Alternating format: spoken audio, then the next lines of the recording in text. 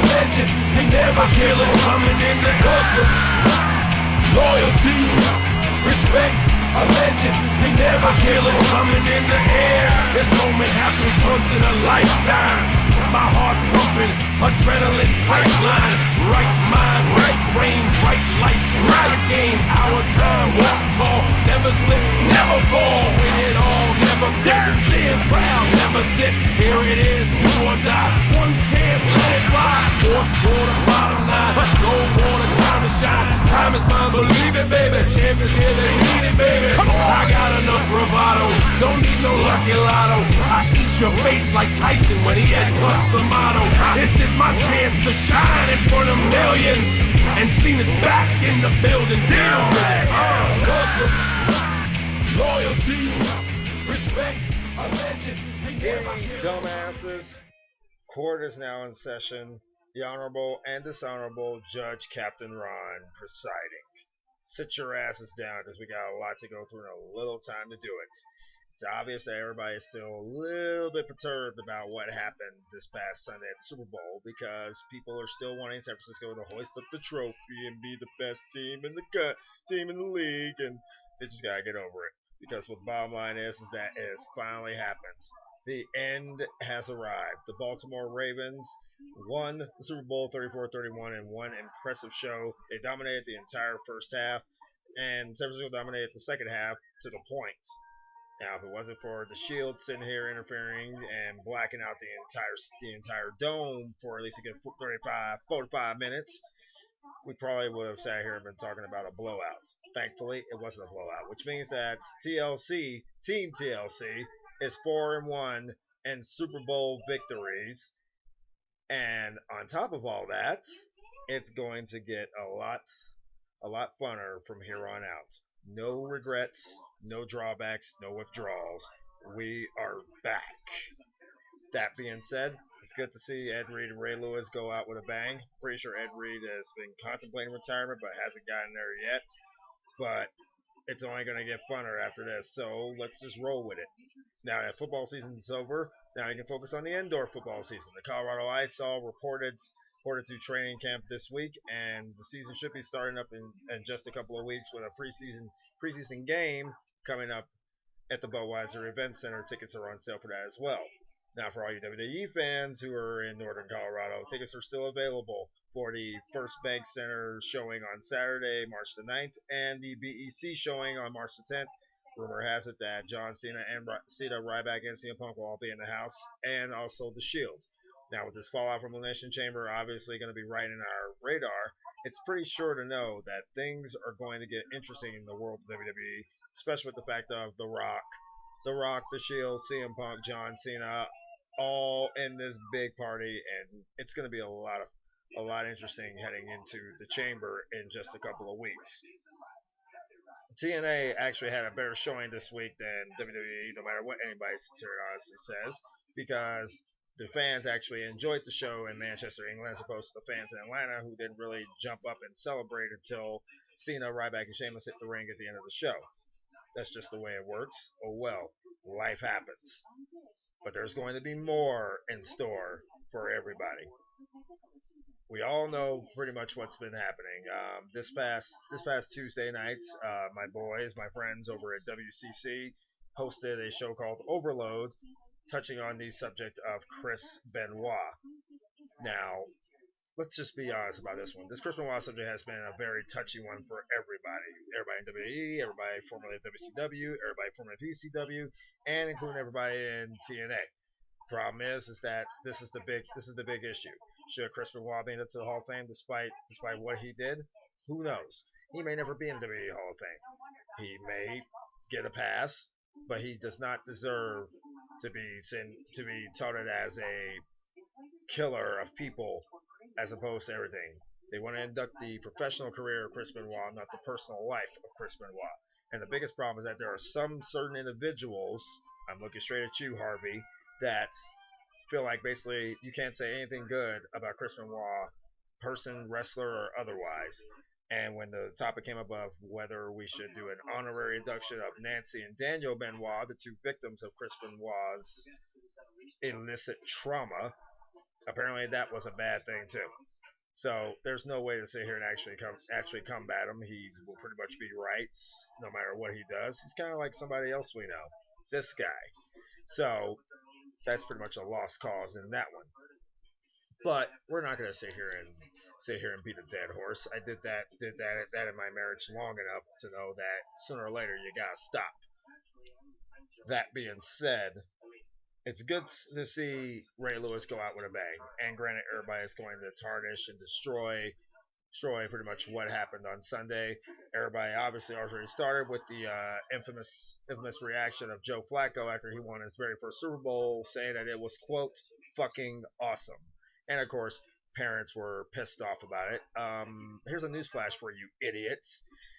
If you're going to have a problem with an athlete literally sitting here showing his appreciation for winning the first ever Super Bowl and apparently having to keep it clean when he doesn't even know he knows the cameras are rolling. He knows the cameras are around. He doesn't matter. It's Super Bowl. It's pretty much the best feeling you can ever have is when you win your first world championship.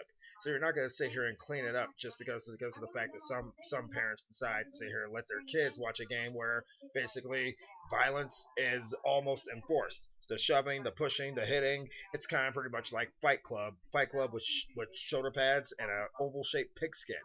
But yet, you still found a way to sit here and tarnish the Super Bowl by saying, well, Ray Lewis won it. I guess it is true that crime does pay.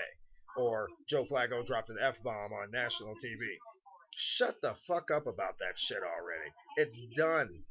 The Baltimore Ravens deserved this one. I mean, pretty much when it came down to it, now when you look at the big picture of it, Ray Lewis is now officially retired. And Ed Reed most likely will be following suit, and both of these guys will most likely be in the Hall of Fame. It doesn't matter what we did. It doesn't matter what happened. It's over. It's done with. You move on from it. But unfortunately, there are some people out there that pretty much live with the past right there in the rearview mirror and always stop to go in reverse. Well, that ends now. My biggest gripe as far as this week is gone is the fact that pretty much we still got to rely on Taz to sit here and open his mouth about anything. I'm sorry, but can we mute this fat bastard already? I cannot stand the very thought, the very concept. He's pretty much more annoying than Michael Cole, and these two used to work together for a very long time. I'm tired of hearing about this whole Aces and Eights thing. I love the storyline, but I'd like to hear more of Aces and Eights than I would about basically their nice little company parrot Taz run his mouth about anything and everything. But that's just the way it works. So I guess we're going to be stuck with hearing about Taz till somebody decides to grow some balls and knock the shit out of them. But we're probably not going to get that anytime soon either.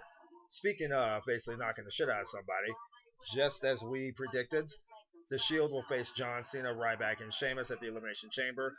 Unfortunately, somebody hasn't actually taken the big break of it, and it's only given us one Elimination Chamber match at the very pay-per-view of this name.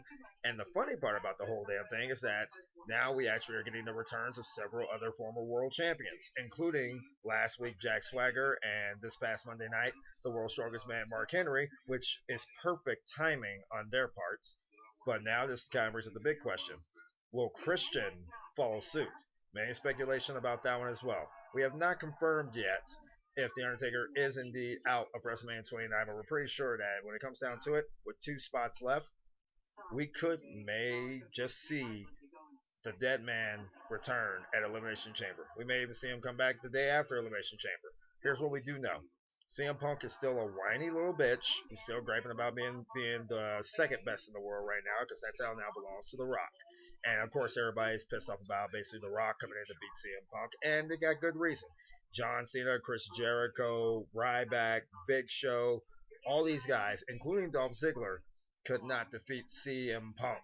And yet, for somehow, some way, The Rock is the man who had enough stroke to actually get it done. Now, The Rock's busted his ass his entire career, so we're not going to hold it against The Rock. But we are going to do something a little bit bigger.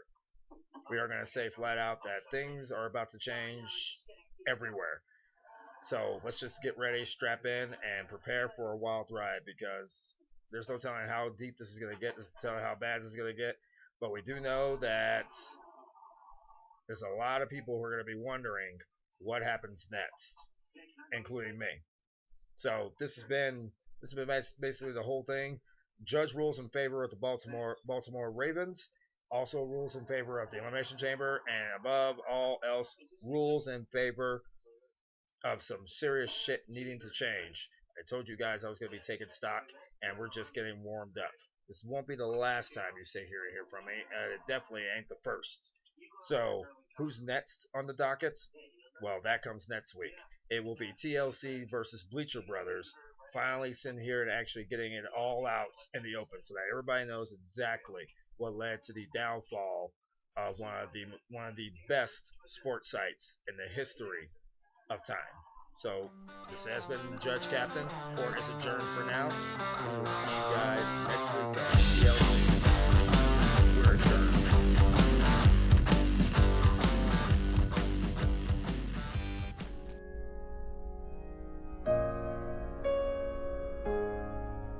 I've always been told that I'm too small, I'm not big enough, I'm not fast enough, I don't have what it takes. I prepare so no one can take what is mine. No one can replace my mind, my heart. To be the best and stay there, sweat is necessary. I'm older, of course I'm older. That's the beauty of it. 16 years plus. Different level of wisdom, different level of understanding, different level of punishment. I want to live long after my records have fallen, long after my rings have tarnished. And whatever you got to do to make sure you chase your legacy every second of your life. Will you be remembered? How would you be remembered? Why wouldn't you fight for the greatest achievement ever?